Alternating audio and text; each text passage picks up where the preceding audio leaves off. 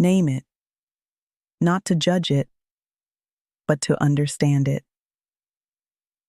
Because your feelings are not enemies, they're messengers. They don't want to destroy your life. They want to redirect it back to truth, back to wholeness, back to you. So breathe. Be brave.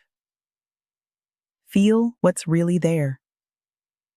It's not too much for you, and it won't last forever. This is the sacred work, and you're doing it.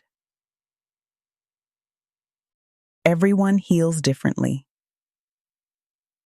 Some people need silence. Some need to talk it through. Some need to create.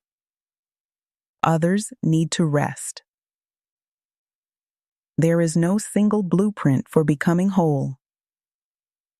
So stop apologizing for needing time, for pulling back, for taking longer than others think you should. You are not weak because you're still healing. You're not behind because you need boundaries. Healing is not linear. It loops. It spirals. It revisits old wounds at new depths. And sometimes the best thing you can do is honor where you are instead of rushing where you're not. Your healing doesn't have to be impressive. It just has to be real. So take the nap. Say no. Cry. Walk. Disconnect. Reach out. Whatever it is, do what your soul needs, not what makes sense to others. You don't need permission, just presence. Segment 8. You don't have to be okay to be worthy. There is a lie the world whispers, that worthiness is earned through doing, achieving, excelling. But here's the truth. You are worthy on your worst days, in your darkest hour, in your most unproductive, unseen, undone state. Because worth was never about what you do. It's about who you are. Your tears don't cancel it. Your doubts don't dim it. Your silence doesn't disqualify it. You were born with worth. And nothing, not trauma, not failure, not heartbreak or delay, can strip it away. Let that settle. Let it rewire something. Let it confront every voice that ever made you feel like you had to earn love. You are not a project. You are a person. And people are worthy, even when they're not okay. Especially then. So be gentle. Be messy. Be undone. You still belong here, just as you are. Let's clear something up. You're not lazy. You're exhausted. Not because you've done nothing, but because you've been carrying too much for too long, without rest, without recognition, without relief. You've been in survival mode, running on adrenaline, making miracles out of scraps, pretending it's all fine. And now? Now your body is waving the white flag. Now your mind is begging for pause. Now your soul is whispering, I need something different. This fatigue isn't weakness. It's wisdom. It's your system telling you you can't keep doing life at the pace of your pain. You're not meant to grind endlessly. You're meant to live, to breathe, to heal, to be. So stop calling it laziness. Call it what it is: a sacred interruption, a plea for softness, a nudge toward another way. And maybe that way starts with laying down what was never yours to carry. It feels like you've drifted from your goals, from your rhythm, from yourself. But maybe you're not lost. Maybe you're recalibrating. Realignment often looks like confusion before it feels like clarity. It looks like restlessness before it feels like revelation. Sometimes the road forward requires you to pull over, to question everything, to feel all the feelings, to wait. And that waiting, it's not wasted. It's where your next truth is born. You are not aimless. You are attentive. You are not broken. You are brave enough to pause and pivot. This is not the end of your story. This is the part where you stop forcing and start listening. Because underneath the noise, beneath the pressure, there is a still, steady voice inviting you home to yourself. You're not lost. You're realigning. And that's a sacred thing. Somewhere along the line, you were taught that rest must be earned, that you have to hustle, bleed, collapse before you're allowed to pause. But that's not truth. That's trauma disguised as productivity. Rest is not a reward. It's a right. It's not an indulgence. It's an act of survival, of resistance, of restoration. Your body is not a machine. Your mind is not a to-do list. Your soul is not a project. You don't have to wait until everything is done to breathe, to nap, to be still. The world may keep spinning, but you're allowed to stop, not because you finished everything, but because you matter. So next time guilt creeps in, when you sit down, lie down, or say, "Not today," remind yourself, rest is part of the work.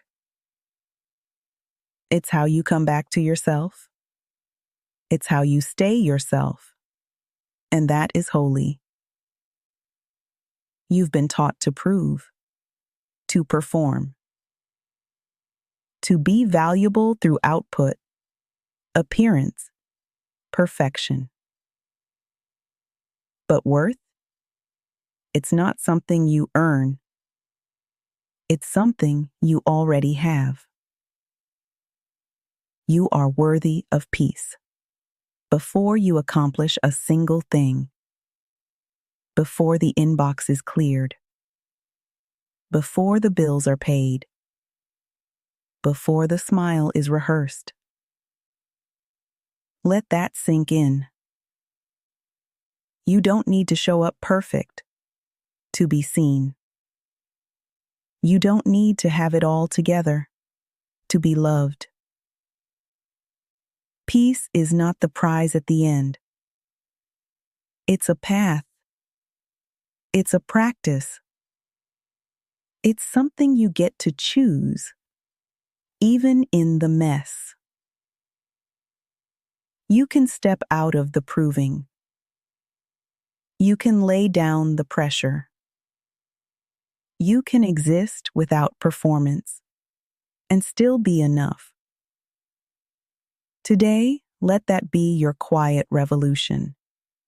To rest, to be, to choose peace with no performance attached. Healing is not a straight line. It's not a checklist. It doesn't follow the rules. Your inner critic keeps whispering to you. You're allowed to revisit old wounds. You're allowed to feel okay one day and unravel the next. That's not regression. That's reality. Healing happens in layers, in spirals, in tiny unnoticed shifts beneath the surface.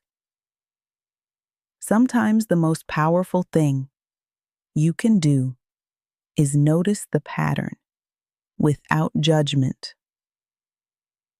I'm spiraling right now, but I've been here before, and I made it through.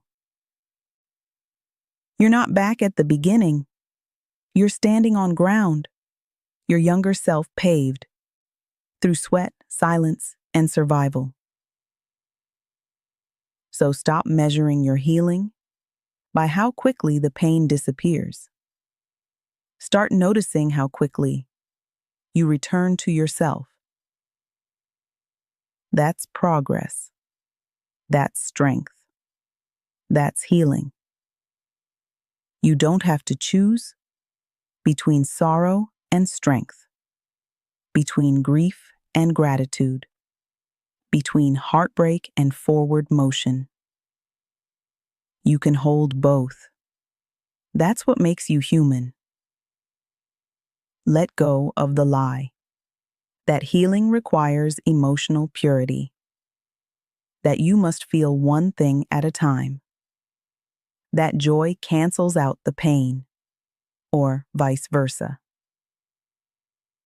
Some days, you'll laugh with a lump in your throat.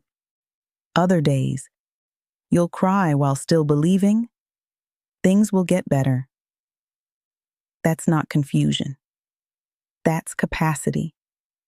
That's wholeness. Sadness isn't failure. Hope isn't denial. They're roommates in the same heart, learning to breathe together. So if you feel heavy today, but still reach for something gentle, you're doing beautifully. You're not broken. You're becoming. What if you didn't try to fix the feeling?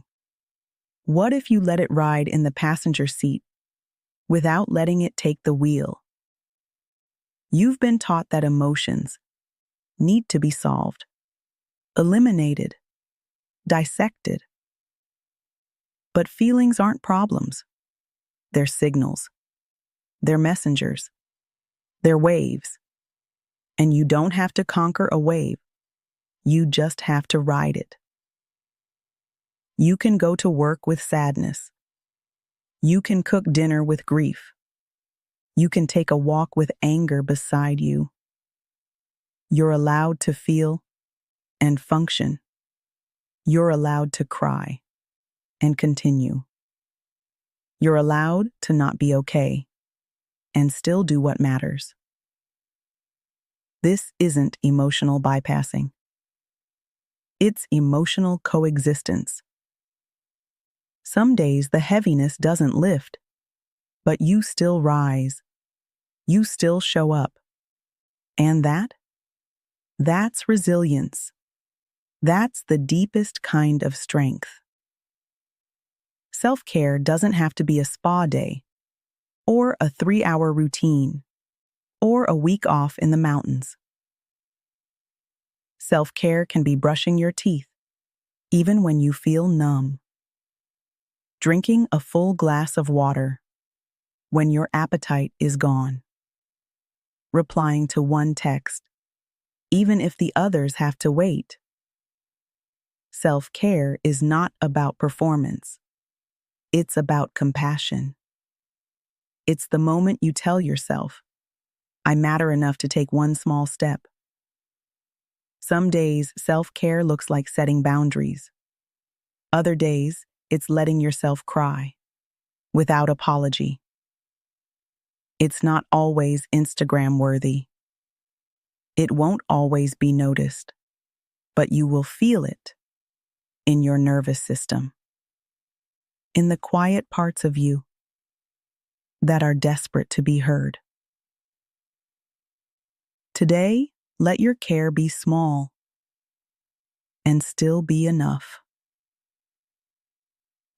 You don't have to fully believe in yourself today. You really don't.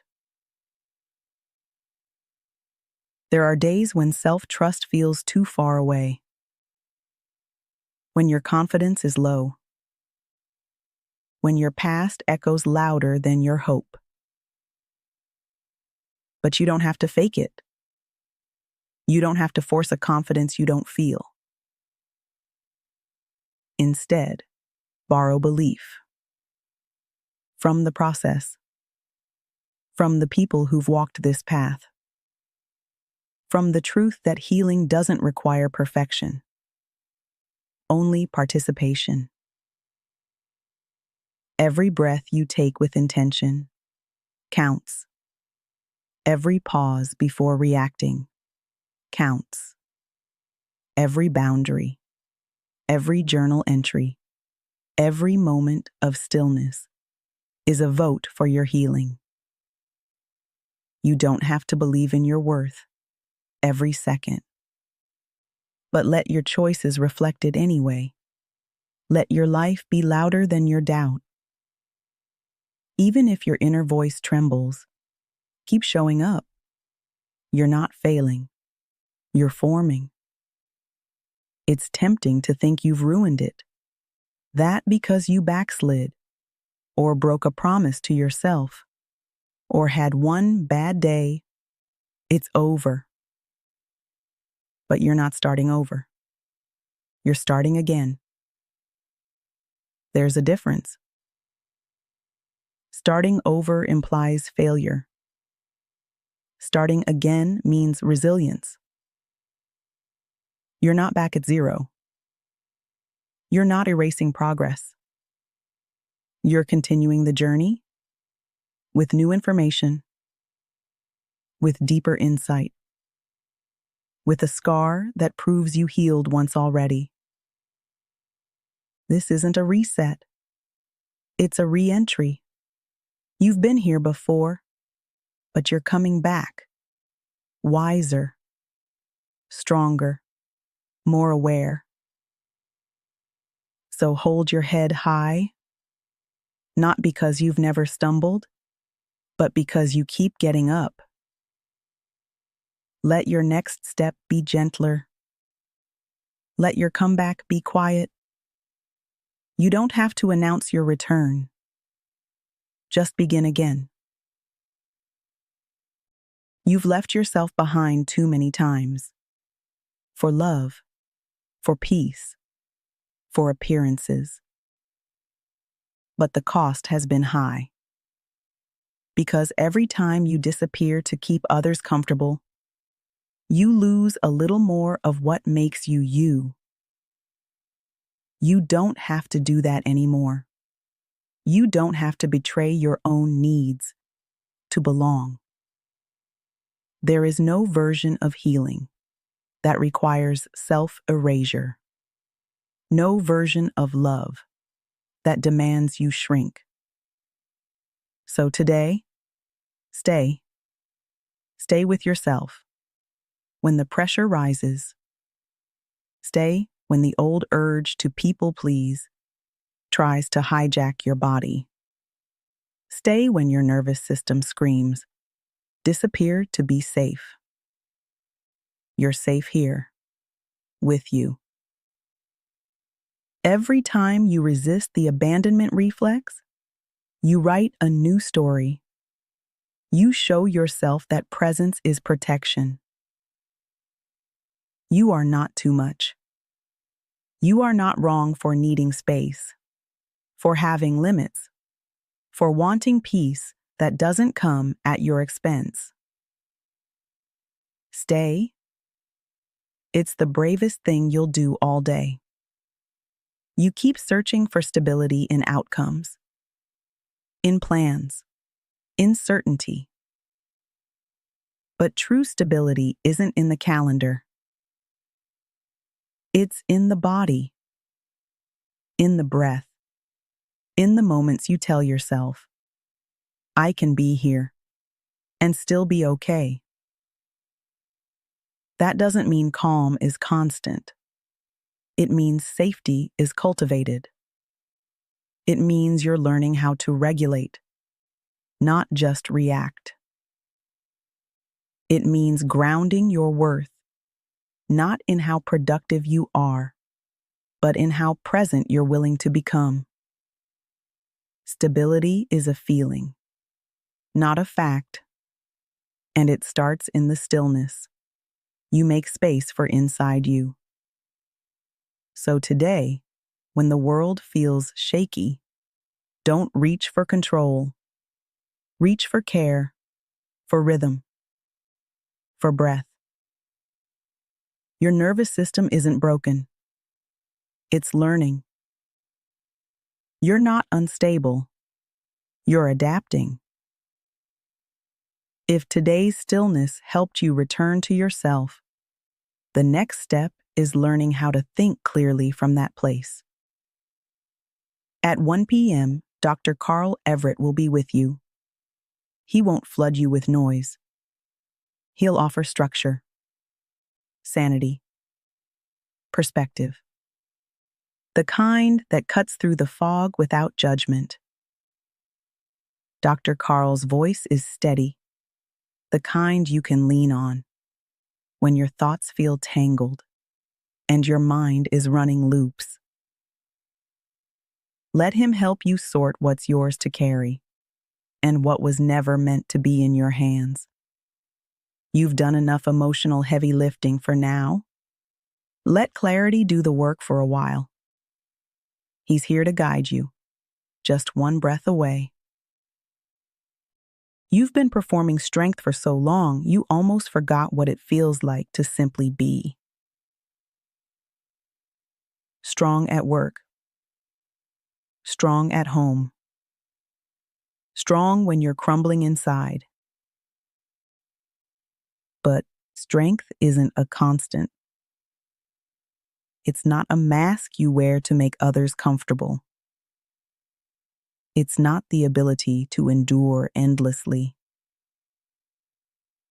Real strength includes softness. It includes tears. It includes honesty. It includes admitting, I'm not okay. You don't need to earn your worth through resilience. You don't need to carry everyone else to be valuable. Sometimes strength is in the pause, in the moment you let yourself rest, in the courage it takes to stop pretending. You are not a superhero. You are a human being, worthy even when you're tired. So drop the armor. You don't need it here. This is a space for softness, for truth, for you. You've been weighed by the world scale, titles, salaries, likes, validation. And every time you don't measure up, you question your value.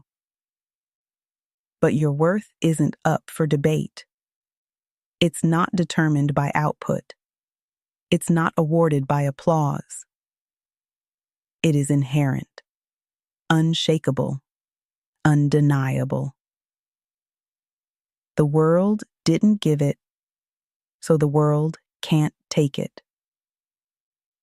You are not what you produce. You are not what you perform. You are not a number. You are a soul, a whole one, deserving of care, peace, and belonging, with or without the metrics. Let that truth undo the lies. Let it uproot the noise. Let it guide you back to yourself.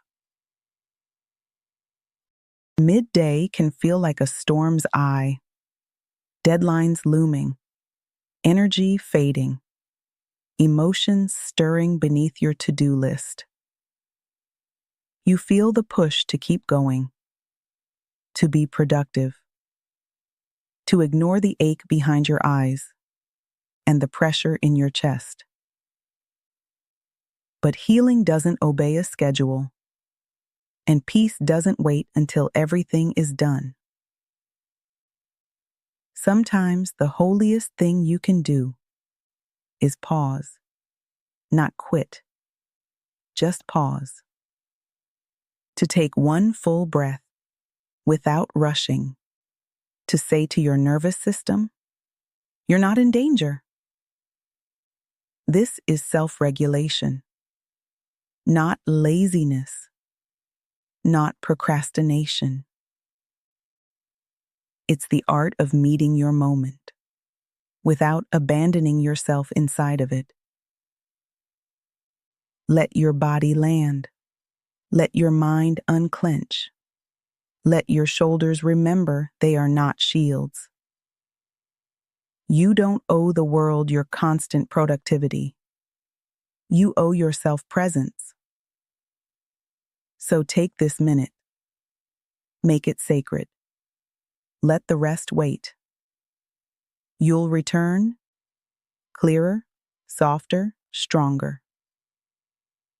You've walked through storms, messy ones, seasons that made you question your worth because of how broken everything looked. And maybe some part of you started to believe you were the mess, that your identity was tangled in the dysfunction, in the trauma, in the reaction. But listen to me. You are not your chaos. You are the clarity that made it out. You are the witness who watched the house fall and said, I will build again. You carry survival, not shame. You hold memory, not definition. That version of you, who was scared, reactive, desperate, they were trying to cope, trying to breathe through unbearable conditions. You don't need to apologize for how you survived. You just get to grow now. And growing doesn't mean perfection. It means compassion. Hold space for all you've been and make room for all you're becoming. Because the chaos was real, but so is your healing. You've been minimizing your pain, telling yourself it's not that bad, that others have it worse, that you're just overthinking. That's not humility. That's self-abandonment.